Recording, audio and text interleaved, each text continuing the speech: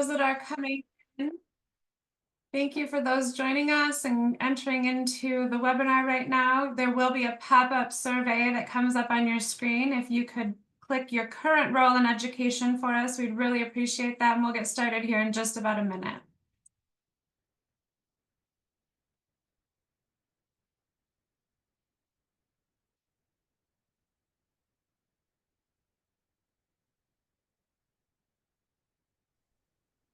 For those of you just joining us, there is a pop-up on the screen of a survey. If you could complete that role in education for us.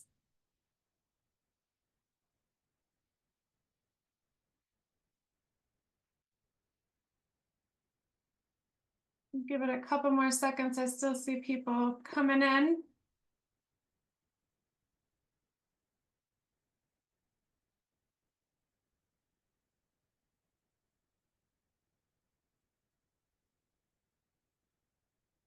All right, we're going to get started on our webinar today, Innovative Solutions to Addressing the Teacher Shortage. My name is Dr. Lisa Rollins, and I'm super excited to be here today with our special guest, David Donaldson, who I'll introduce in just a moment. We just want to set the stage for what we here at PDK Educators Rising, what we do and how we support addressing the teacher shortage. So I'm going to jump right into challenges. We know that there are two major challenges, which are educator vacancies and ensuring that our teachers reflect the communities in which they serve. So here at PDK, we make sure that we are addressing both of those challenges because we know that there are definitely some situations and some retiring and some already recognized vacancies that need to be filled with highly qualified teachers, not just a body, but we need highly qualified teachers to fill these roles. And we know that 60% of teachers work within 20 miles of where they went to high school. So who better to tap into than our current high school students in CTE courses to stay in their communities and help with the educator shortage. PDK at Educators Rising has a huge program with building out what I like to call the 5 C's, because there's 5 of them and they all start with a C. So it's really easy to remember. So if you see on your screen, we have chapters, curriculum, competitions, conference, community. And each of those C's really helps to embed the program at the middle and high school level so that students can explore different careers in education. They can make sure that they really are interested in education. Some kids think that they want to go into that, and then they get into their first internship and they're like, oh, not for me, which I think is great. Let's find out now while still in high school that this is or isn't for me and get that experience. And what we really want to talk about is how our model of internships and pre-apprenticeships leads into registered apprenticeships and how that works and what Grow Your Own looks like on the national stage. So currently, we have a presence in all 50 states, and we also have state affiliation agreements with 38 states. But as you can see, we have over 25,000 students that are registered members of Ed Rising and over 1,400 chapters. I also want to throw out there in one of our C's, which is competition, and our next C, which is conferences, that go hand in hand. Just like any other CTSO, Career and Student Technical Organization, we offer the competitions that students can compete at their state level, local level, and then qualify to go to nationals. And if you've never been to one of our conferences, last year was our most highly attended with over 3,800 participants.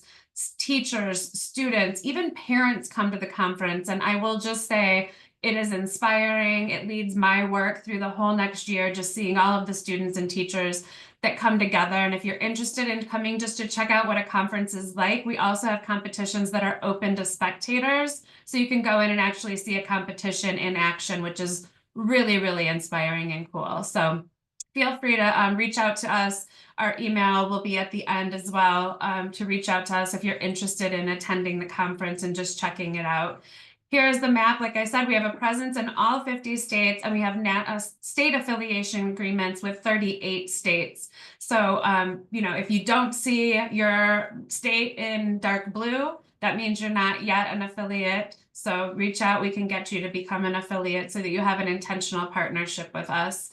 You can reach out to us at community@educatorsrising.org to learn how to obtain resources, curriculum, micro-credentials. We have a brand new student interactive notebook that teachers are just raving about. So that's something you can also obtain as well. We have curriculum map, scope and sequence, everything you need to start your program and make it truly co-curricular with those student leadership components. So that's just a 10,000-foot overview of our program. But why you're here today is to hear from the amazing David Donaldson, who is from the National Center for Grow Your Own, founding and managing partner. So I'm going to let David introduce himself, and then we're going to dive into some slides, and then we'll have Q&A. For those of you in the audience, there is a Q&A feature that you can throw your questions in there, and then after David's done with his slides, we'll answer those questions live or in the chat. So feel free to throw those questions in the Q&A. David, turning it over to you. Yeah, thank you so much, Lisa. Really appreciate PDK and Educators Rising having me here today. If you take nothing else from this presentation, it is if you do not have an Educators Rising program, go out and get you one. That's what I want everyone to take away from this session. But I'll go ahead and dive into our slides. And so I always like to start with what is the definition or our definition of grow your own? Because when we ask 100 different districts, we tend to get 100 different answers. Some will be a career day for middle schoolers, some maybe a Educators Rising program, and some could be a program for career changers. So we like to say that a grow your own program is a clear, articulated pathway for an aspiring educator to become a teacher for free and get paid to do so. And if you notice in that definition, we don't have an age on there. I could be talking about a 15-year-old, 25, 35, 45, 55, or 65-year-old. And we also don't have an educational background on there. We could be talking about somebody with a master's, a bachelor's, an associate's, GED, high school diploma, or still in high school right now. The point is, we believe universities can train someone on special education. They can train someone on math. What you can't train is someone to have a heart for kids. So we want school districts to be able to select those individuals who have a heart for kids, and then regardless of their background, put them on a clear articulated pathway so they can get that degree and for free and be paid to do so. Lisa, next slide, please. And so this one I'll be quick on. We're a 501c3 nonprofit. I'm a former teacher. I was a teacher in Baltimore City, principal in Detroit Public Schools, and my last government job was with the Tennessee Department of Ed. So we work with states, districts, and ed prep providers to launch or expand grow your own and registered apprenticeship programs. And so I think I'm about to give a little bit of background of my time in Tennessee with the next slide. So we were dealing with teacher shortages. This is when I was chief of human capital in Tennessee, just like everybody else. And so specifically, we had certain problems we were trying to address. One, we wanted to remove the financial barriers for our aspiring educators. Number two, over 20% of our vacancies in the state of Tennessee were in ESL or special ed. So often our most vulnerable students were the ones who didn't have the teachers they needed or deserved. Number three, feel free to laugh, but we wanted to eliminate the concept of a first-year teacher. How could we better prepare you to be more than day one ready? Number four, we had significant educator diversity issues. And number five, we had, well, now that I don't work in government, I'm allowed to speak a little more freely. And I can say that we had 42 ed prep providers in Tennessee. Believe it or not all were created equal in terms of quality. And in addition, we have a lot of rural districts in Tennessee where the closest ed prep provider could be well over an hour away. So on the next slide, you'll see that we came up with a competitive grant that was for ed prep providers, but in order for them to apply, they had to have a letter of commitment from a district or a consortium of districts. And for this grant, we put in certain non-negotiables in place. And so those were that the candidates that went through received these grant funds, absolutely no out-of-pocket costs. They could truly become a teacher for free and get paid to do so. So tuition, books, fees, and licensure assessments had to be covered. Number two, everyone had to graduate dual endorsed in either special ed or English as a second language. Now, Tennessee is a local control state. So, the district or the group of districts and the ed prep could agree, hey, we're going to do elementary or we're going to do middle school math. Great, more power to you. But you have to add special ed or ESL to the program. Number three, Tennessee only required 15 weeks of student teaching or clinical internship experience. And that we just didn't believe that's enough time. So we said minimum 2 years of student teaching or clinical internship experience if you're getting a bachelor's degree, and minimum 1 year if getting a master's degree. Our big bet was more time under the mentor teacher, who is the teacher of record, would better prepare you to take over a classroom of your own one day. We also strongly encourage districts to select candidates of more diverse backgrounds. And there's a lot of military in Tennessee, so it could look like recruiting military veterans, having more teachers that reflect the backgrounds of the students, as well as the paraprofessionals in the district. It could look like getting more men into elementary classrooms. And then also, I mentioned we had 42 ed preps, so we wanted to increase access to high quality ed prep providers. And so with this grant on the next slide, we ended up awarding opportunities to 65 districts, partnering with 14 different ed prep partners, which resulted in just over 670 individuals able to become a teacher for free and get paid to do so. Our all-in total costs came out to just under $10,000 per person, meaning we invested $6.5 million. And by leveraging the economies of scale at a state level, we were able to negotiate with the universities to get those costs down to only just under $10,000 on average. We ended up seeing candidates of more diverse backgrounds now going to higher performing ed prep providers. And then specifically due to that increase in length in the student teaching experience, that's when I was approached and someone said, this sounds a lot like an apprenticeship. And I had no idea what that was. And so on the next slide, you'll see that I'm a quick learner. I'm also very stubborn. And so what I did was I worked with the US Department of Labor over 2 presidential administrations. It took 4 applications, so third time was not the charm, and 15 letters of support from national orgs to get what is the occupation of a teacher. And I want to be clear, teaching is a profession. However, in labor speak, they use the term occupation. And so for the first time in about, I think it was 84 years, when the National Apprenticeship Act was signed, teaching now became eligible, just like being a plumber, welder, working in the culinary arts, working in IT or cybersecurity, that you could tap into labor funds to help cover the costs of becoming a teacher. The occupation was approved in Thanksgiving of 2021, with the first program approved in January of 2022.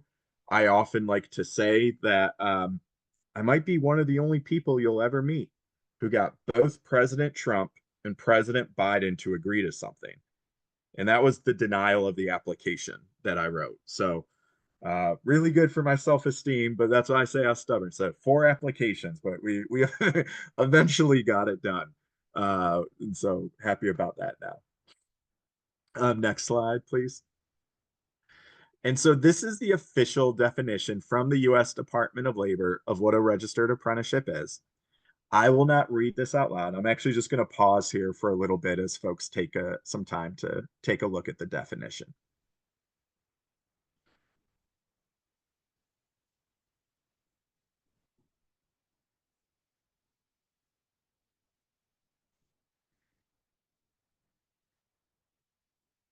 And so sometimes people say to me, David, it sounds like what it's saying is a registered apprenticeship is an apprenticeship that is registered.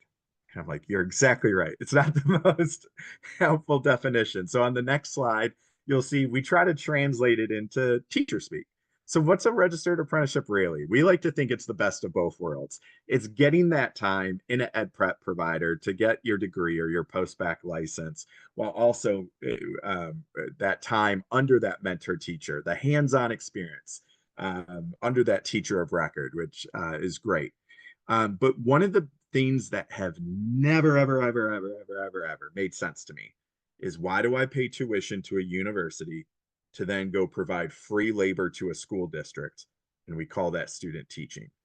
So a registered apprenticeship does mean it's this earn and learn model. You must be paid during your student teaching or clinical internship experience. So that in and of itself is a game changer. I've in my human capital work, we've had people all the time, career changers, who will say, like, I'm actually willing to take out loans to go back to school, but what I can't do is then intern for free during the student teaching. I can't take out loans and not have an income.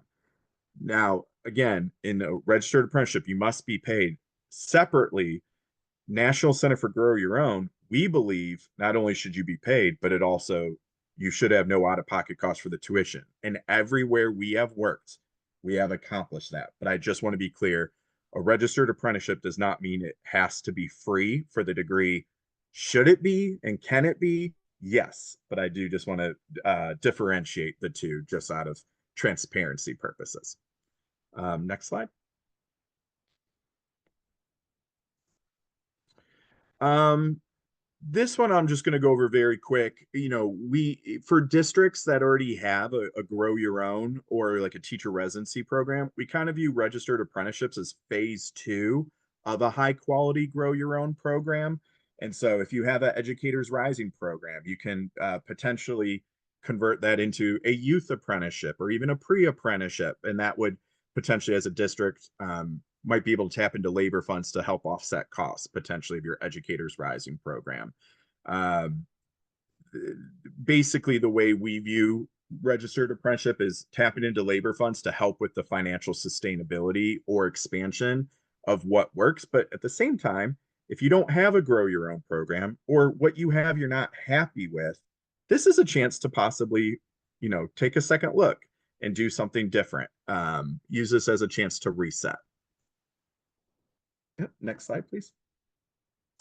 Um, the one, I talk a lot about financial sustainability and how and one of the only ways to accomplish that is by getting the costs down. Enrollment nationally in ed preps is down over the last 10 years.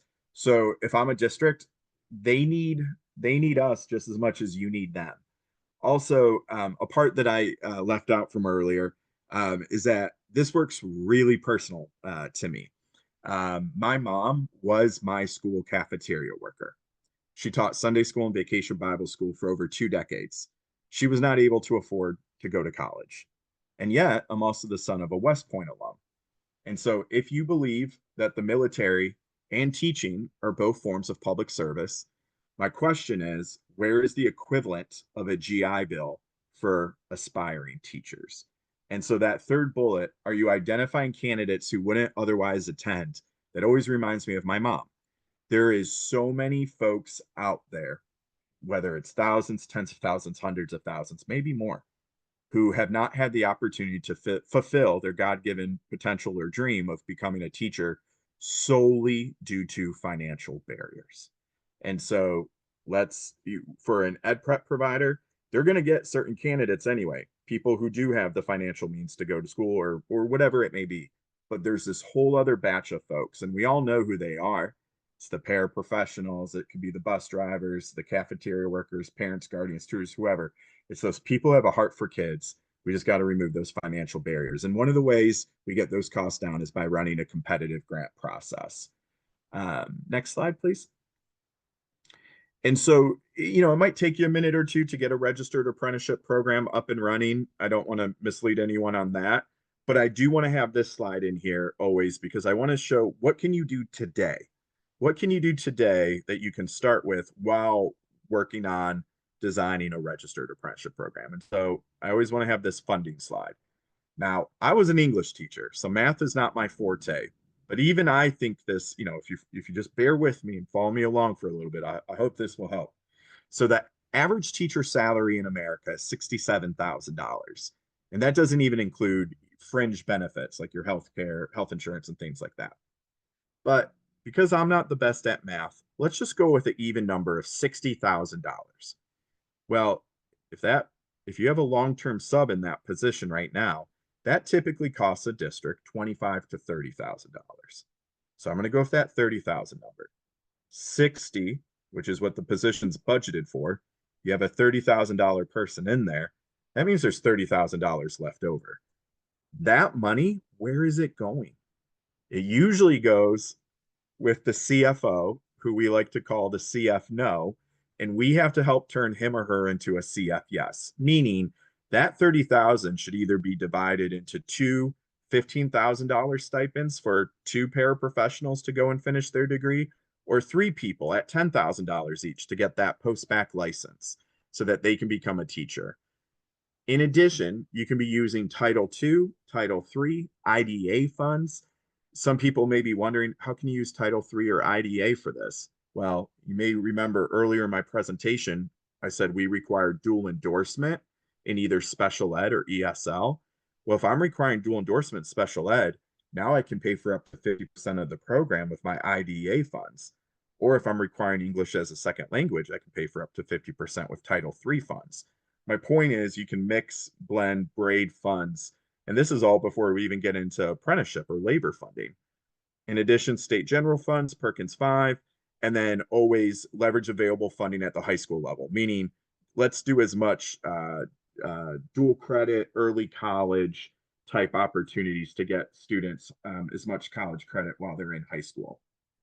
In addition, we don't believe apprenticeship funding should go towards covering salaries or anything like that, because if you have teacher vacancies, you almost certainly have paraprofessional vacancies. So recruit the parent, guardian, tutor, bus driver, cafeteria worker into your grow your own apprenticeship program, but you slot them into that paraprofessional role.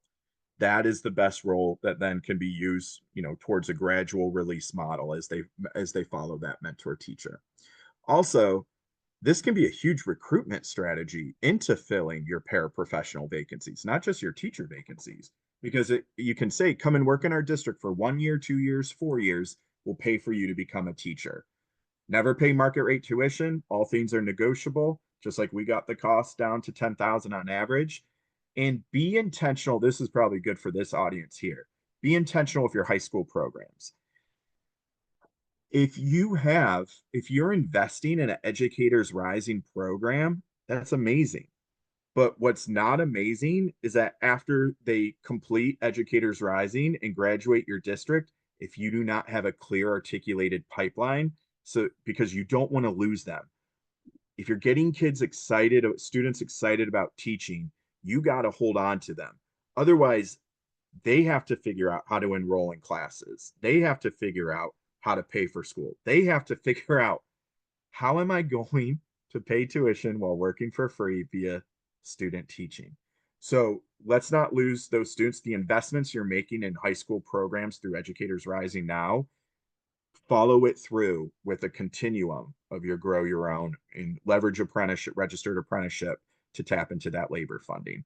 Also, there's a lot of districts that have tuition reimbursement programs. We just say, instead of, subsidizing individuals as they do it, pool that money together, potentially braid it with your money saved from vacancies or Title III, whatever it may be, but just leverage that money into a giant pool to then negotiate with universities so you can get a bigger cost. Another way to think about this is, if I gave $10,000 to an individual and they went to, I'm not going to name names, but if they went to certain universities, they might be told they're missing a zero on that $10,000 check.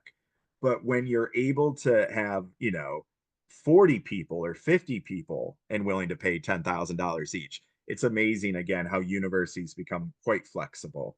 And I'm happy to talk more about that, maybe if that's a question in the Q&A later. So next slide. The components of a registered apprenticeship, I'll go quick because my favorite part is Q&A anyway. So every registered apprenticeship needs a sponsor. That's the entity responsible for dotting I's, crossing T's, and reporting on the data, but they oversee the program. Think about it like a compliance entity. The employer is always going to be the school district. The related instruction provider is typically the ed prep provider, the entity that's providing the training and the coursework. And then a state apprenticeship agency or the U.S. Department of Labor approves the program. Just to be clear, back to the sponsor could be the state education agency, it could be the school district, it could be a nonprofit, could be a for-profit, could be a university. our recommendation is we think the highest quality and the one programs that are growing the fastest are ones where the state education agency is the sponsor. But I know there's a lot of folks on here primarily from districts. If your state's not playing a role in this, this has been around for 3 years by now. There's not really an excuse, in my opinion. So feel free as a district to be the employer and the sponsor and run with the winds in the meantime, because kids can't wait. Kids deserve high quality teachers. So you got to do what you got to do to ensure your kids are getting the education they deserve. Otherwise, the programs are supposed to have 2,000 hours. That's based on this traditional idea of working 50 of the 52 weeks of the year, 40 hours a week. We know that's not how school years work. And so for the most part, in most states, we've been able to work it out where it just needs to be one minimum of one school year. It's more about the intent when they have the 2,000 hours there. A progressive wage schedule just means you can put in the step and lane schedule that your district already has, whether collectively bargains or in some cases not. But just imagine a paraprofessional's wage schedule. They make this much in year one, then this much in year two, etc. Related instruction, that is just the courses and the sequence in which they take their coursework. On the job competencies, what are the competencies that the aspiring educator needs to master as part of this apprenticeship? For those that know the higher ed world, INTAS standards are an example of on-the-job competencies. We've also seen a lot of districts use a modified version of their teacher evaluation rubric. The apprentice journey worker arrangement, a journey worker is just labor speak for the mentor. That is by far to me the most important part of an apprenticeship is who are you matched up with? They will make or break the experience. So it's really important to have a high quality mentor. And then of course there should be a fair and transparent selection process. All right. I love that I can say this slide is incorrect as of Friday because on Friday, our friends in Arizona became the 47th state to have a registered apprenticeship program. So I love when I'm wrong because when I'm wrong, it means kids win. And so that's really exciting. 47 states have a program. I do want to be clear, not all programs are created equal, but it's exciting to see the movement in the last 3 years. And kudos to Arizona. And in August of 2022, our nonprofit launched the National Registered Apprenticeship and Teaching Network, which was just a free monthly meeting for states to talk amongst each other. We meet every session, a different state presents on its work, and it's a safe space for them to ask, like, why did you do this? Or have you thought about doing that? And it just gave chances for states to learn from one another. I'm excited to say that on the next slide, we grew from 7 to 45 members. So we now have 43 states in our state network and Washington, D.C., and Department of Defense education activity, which is pretty cool. And so these folks, we just had our national convening 2 weeks ago, but our next meeting is February 28th. End of the month. We have Nebraska Department of Ed presenting in February. And in March, I know we have Alabama's Office of Apprenticeship presenting on their work. And in case anyone's wondering, how do states afford to be in this network? Well, it costs free 99, so everyone can afford it.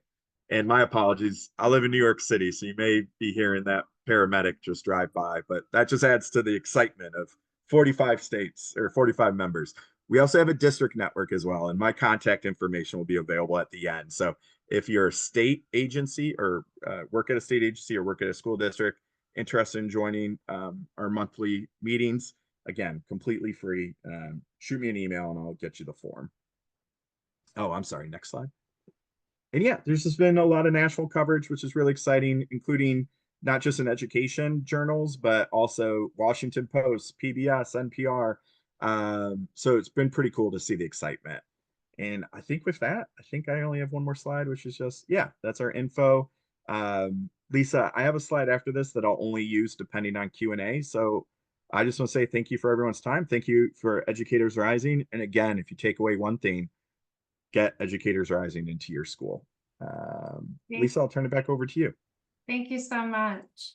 All right, we're gonna go to the chat and look at some questions. All right. Question number one. Are apprenticeships approved for pre-K through 12 or just K through 12? Yeah, wow, that I feel like somebody knows a lot about this potentially based on that question. So, um, good question. I'm about to get like very in the weeds, so just but I'll try to be quick, and if they have a follow-up, happy to take it. Technically, what we got approved was the K-12 teacher registered apprenticeship. Now, what's and I even I don't know the full history here, but like 20, 30 years ago, early childhood got approved for registered apprenticeship. What I mean by the history is I have no idea why it took K-12 so long. As you can tell by listening to me talk for the last 20 minutes, there's nothing special about me. It's not like I just didn't take no for an answer. Maybe that's what it was. So my point is we've had districts where in that state license is like early childhood to third grade, right? Or ECE through six, maybe. In those cases, I know this sounds nuts, but it was a good question. I just want to make sure I'm being very careful, being correct with my word choice. We've had to register it as a K-12 and as an early childhood based on the district's request because of how the license in that state works. So yeah, there as it stands right now, there is not a pre-K through 12 teacher apprenticeship, but you can still have a pre-K through 3, pre-K through 6, whatever, and be licensed represented.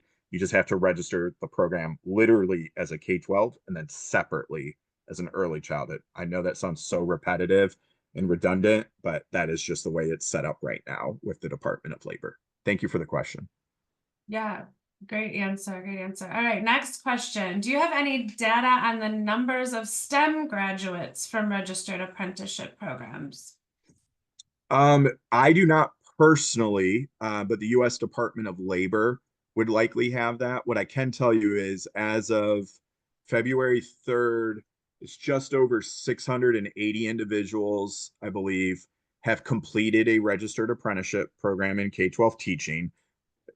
That's the key, K-12 teaching. So I don't know by endorsement areas. And then apart from that, there are currently now, I think the latest I just saw was just over 4,000 currently enrolled. I think you're going to continue to see a hockey stick curve. Yeah, it is considered the fastest growing occupation in the history of the US Department of Labor. But like in year one, like it was Tennessee and we had 600 plus, and then it just has taken a while because traditionally or typically you're really only enrolling in the fall and then maybe in January. Whereas other occupations like plumbing, you can enroll anytime, right? But you're typically limited by enrolling when universities have their semesters. So yeah, U.S. Department of Labor might have that info, but even on that, I don't know if they would have. You might have to go like state by state to a certain degree, or who the sponsor is. That's what I should say to determine the endorsement areas. There is definitely, and it's just a fact. There's just a natural lack of visibility into some antiquated systems at our federal level. Um, but they're the ones who collect that information, would be the U.S. Department of Labor. If they don't collect it, the only way to get it is literally calling each program, and that would talk about a labor of love. Definitely a challenge in reporting. David, I have a question for you in relation to our audience members or have educators rising. You talked a little bit about pre-apprenticeship, but can you drill down on what that would look like if they already have Ed Rising, they already have the CTE program, education and training pathway? How would they make that a pre-apprenticeship? And what are the requirements that it would lead into a registered apprenticeship? Yeah, so you'll sometimes hear youth apprenticeship and pre-apprenticeship, and those two terms, and then even like one could argue that there isn't necessarily uh, I would say that there's not a definition from the federal government, so it can look different in different states how they define it. The way that I would painting with broad strokes. A youth apprenticeship is, because of the word youth in front of it, typically geared towards 16 to 24-year-olds. And it usually means you must be paid. Pre-apprenticeships do not usually mean that you must be paid. It also, you could be, 60 years old and in a pre-apprenticeship. The way to think about a pre-apprenticeship is what is the training that you would need before entering a formal apprenticeship. And there are some states that have that, where unless there is a K-12 teacher registered apprenticeship program established, you cannot have a pre-apprenticeship, because the point is the pre-apprenticeship needs to lead into a registered apprenticeship. So it's kind of like chicken or the egg. You have to have a K-12 teacher apprenticeship before you can have a pre. The youth one though is like, it's pretty exciting. We've seen folks where my colleague Dr. Carla Warren, she created the first youth registered apprenticeship program for teaching in the nation when she was with the West Virginia Department of Ed. And in that case, students were getting college credit for their coursework while also getting paid while they were doing, potentially some tutoring for middle school or elementary students, getting some type of, work experience in the education space. And so, if your district has a K-12 teacher registered apprenticeship and you have Ed Rising, you could then explore taking Ed Rising and reaching out to it, either be the state apprenticeship agency director or the U.S. Department of Labor to get that recognized, or you could do a youth apprenticeship and it doesn't necessarily have to lead directly into a K-12 like a pre does. We recommend you develop a K-12 teacher registered apprenticeship, because you heard me talk about the leaky pipeline. But if you had an Educators Rising program and you had some money to pay students, for part of the work they do in addition to the courses they're taking or the programming they're getting from Ed Rising, then yeah, that should be explored. Same thing. You go to the state apprenticeship agency or USDOL, and there's paperwork you got to complete, but you'd literally be able to copy and paste Educators Rising curriculum into the RTI section. RTI stands for Related Technical Instruction. And I mean, I know there's competencies within Educators Rising, that you're meant to, learn and master over time. That could be put into the on the job competency section. So there's different opportunities there. There's, in different states, there's different funding opportunities for youth apprenticeship as well as pre-apprenticeship. Another way to think about this, I'm gonna go high level and then I'll stop here, Lisa, is that, you know, having worked at a state education agency, over 80% of our dollars flow through to school districts. Well, on the labor side, there's WIOA funds, Workforce Innovation Opportunity Act. Every state, you can Google this, WIOA funds by state. And you can see every year your state gets a certain amount for youth WIOA, for adult WIOA, and then there's like displaced worker WIOA. But it's an annual allocation, no different than a Title II funding or IDA funding is. And so those are funds that your state Department of Labor, Department of Workforce Development, they typically pass through to what are known as regional workforce boards. And so every school district, is part of a county or multiple county system that will have a regional workforce board. And you can go to them to try to get funding for your youth apprenticeship program or your pre-apprenticeship program. You still have to get the program registered. So I want to be clear, registration is separate than funding, but there's money out there. There is no doubt there's money out there. Is it going to cover the full cost of a degree labor funding alone? No. But could it cover the cost of an Educators Rising program at your school? It very well could, actually. So it's just stuff to look into. Perfect. Thank you. We've got three more in the Q&A for you. This one is a follow-up question to the pre-K question. Could you please explain the quote unquote register piece of registering the program as pre-K and K-12? Who do we register with? Our state, the federal government, or both? Yeah, it depends on your state. So, but yeah, the official registering is when I'm saying you have to go to your state apprenticeship agency or the U.S. Department of Labor. About 34 states are what are known as state apprenticeship agency states, meaning those states, I'm just going to overly simplify this, so don't, like, this is not legal language. They have autonomy from the U.S. Department of Labor. U.S. Department of Labor has granted them autonomy to approve their own programs at the state level. Other states have to go through the US Department of Labor. If you go to apprenticeship.gov, you can find your state and find out if you're an OA, that's what Office of Apprenticeship, which is USDOL, or if you're a state apprenticeship agency state, as well as the contact person for who you'd reach out to for your respective state. It is literally state by state. No different than me trying to say, hey, there's no universal definitions for pre-apprenticeship or youth apprenticeship in many places. Different states interpret things slightly differently. So, but the advice I just gave is probably the most useful because from there, what works in Wisconsin does not necessarily work in Mississippi and vice versa. Right. Right. Every state is different. I think everyone needs to hear that for sure because it is Yeah. so true. What works in one state, you move to, just like reciprocity when trying to get a job, right? Yeah. Like it's the same thing. Every state is different. So keeping that in mind. Okay, so we have one other question.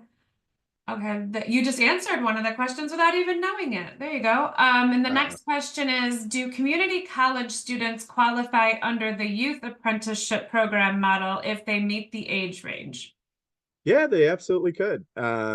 So, for example, um, Tennessee, we have free community, and I don't live there. I live in New York now, but in my time in Tennessee, Tennessee had free community college.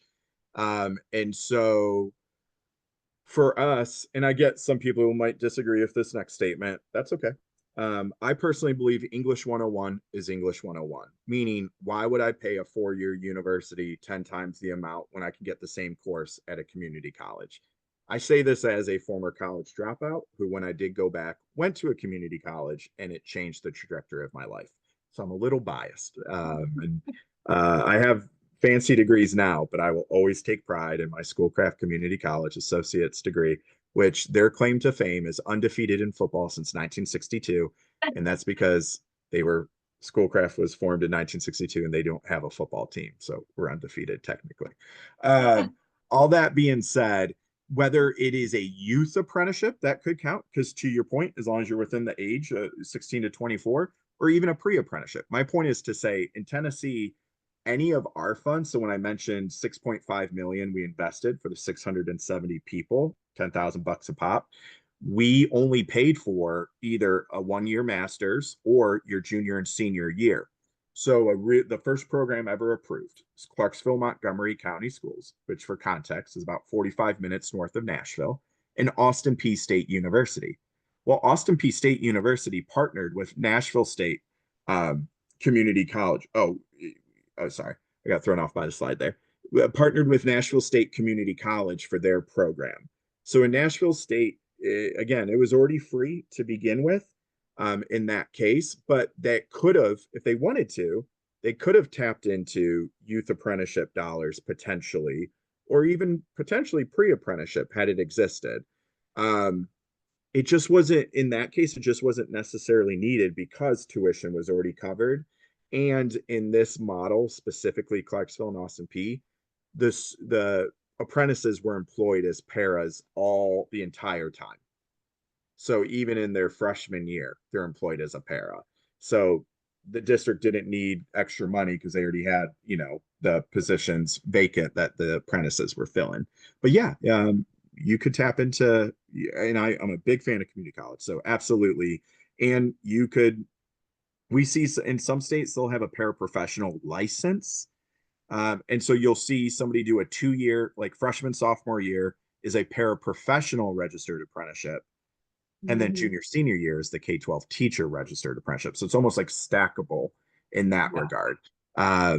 And yeah, in that example, that's still an adult registered apprenticeship, but there's ways you can mix or match. And so I appreciate the question because it shows creative thinking.